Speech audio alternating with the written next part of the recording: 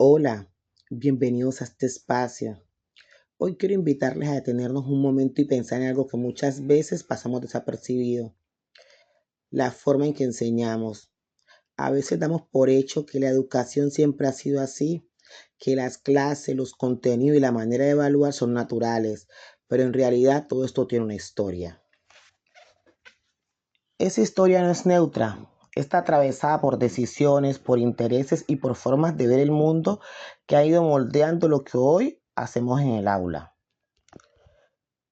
Lo interesante es que muchas de esas historias prácticas se siguen repitiendo sin que nos preguntemos de dónde vienen o si realmente responden a las necesidades actuales de nuestros estudiantes. Por eso, en este espacio quiero compartir algunas reflexiones sobre cómo la historia de la educación sigue presente hoy y cómo las pedagogías críticas y decoloniales nos han ayudado a mirar con otros ojos lo que hacemos como docentes. La historia de la educación. Cuando uno revisa la historia de la educación, se da cuenta que no todos han tenido las mismas oportunidades de aprender. Durante la época colonial, la educación estaba pensada para unos pocos. No era un derecho, sino un privilegio. Solo ciertos grupos podían acceder al conocimiento, mientras que otros quedaban completamente por fuera. Según Pérez, en Colombia la educación se organizó siguiendo modelos que venían de Europa. Esto hizo que muchas realidades propias del territorio no fueran tenidas en cuenta. Con el tiempo hubo reforma, se ampliaron coberturas y se crearon nuevas instituciones, pero muchas de esas bases se mantuvieron como lo plantea Ochevas. Los sistemas educativos heredaron estructuras que siguieron reproduciendo desigualdades.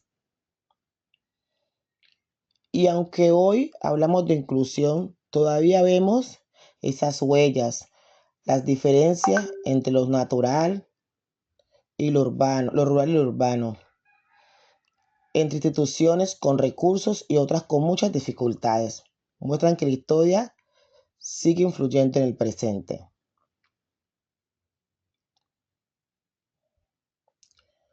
La educación como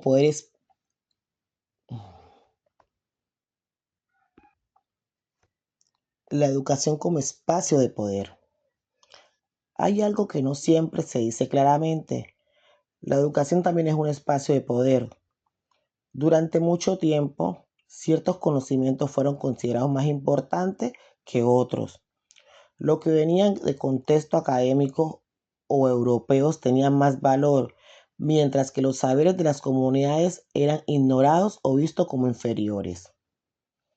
Esto generó una forma de enseñanza donde no todos los estudiantes se sentían representados. Muchos llegan al aula y no encontraban relaciones entre lo que aprenden y lo que viven. Y cuando eso pasa, el aprendizaje pierde sentido. No es que los estudiantes no quieren aprender, es que muchas veces lo que se enseña no conecta con la realidad. Esto nos lleva a hacernos preguntas importantes. ¿Estamos enseñando para la vida o solo para cumplir un currículo? ¿Estamos escuchando realmente a nuestros estudiantes? La pedagogía crítica, cambiar la mirada. Frente a estas situaciones, la pedagogía crítica propone algo diferente. Maldonado plantea que esta pedagogía invita a cuestionar lo que se da por hecho. No todo lo que se enseña debe aceptarse sin reflexión. Aquí el estudiante deja de ser un receptor pasivo y se convierte en alguien que piensa, que opina y que cuestiona. Giros insiste en que la educación debe ayudar a comprender la realidad, no solo a memorizar contenidos. Esto cambia el ambiente en el aula. Cuando los estudiantes participan, cuando sienten que su voz cuenta, el aprendizaje se vuelve más significativo. Y todo cambia el rol del docente. Ya no es quien sabe todo, sino quien acompaña el proceso. Pedagogía de coloniales. Las pedagogías decoloniales llevan a esta reflexión un poco más lejos. Plantean que durante mucho tiempo se ha privilegiado una sola forma de conocimiento, dejando por fuera muchas otras. En contextos como el nuestro, esto es muy evidente.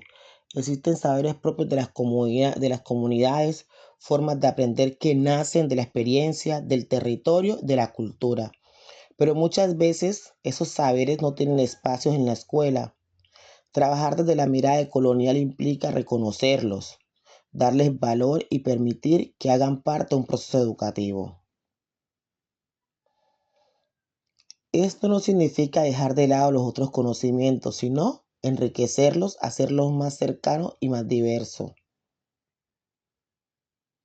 Lo que esto implica en el aula. Todo esto nos lleva a algo muy concreto, nuestras prácticas como docentes. Muchas veces seguimos enseñando como nos enseñaron, sin cuestionar eso sí, si realmente sigue funcionando. Pero cuando empezamos a reflexionar, entendemos que pequeños cambios pueden hacer una gran diferencia. Por ejemplo, dar más espacio al diálogo, dar más espacio al diálogo, relacionar los contenidos con el contexto, escuchar la experiencia de los estudiantes y valorar sus saberes. Son acciones sencillas, pero transforman el ambiente en el aula. Para cerrar, quiero dejar una idea sencilla. La educación no es algo fijo, está en constante construcción. Y aunque a veces parece difícil cambiar las cosas, cada docente tiene la posibilidad de hacer algo diferente en su espacio. Las pedagogías críticas y decoloniales no solo son teorías, son formas de pensar la educación de manera más consciente. Tal vez no podemos cambiar todo, pero sí podemos empezar por nuestras prácticas. Y eso, aunque parezca pequeño, tiene un gran impacto. Gracias por escuchar.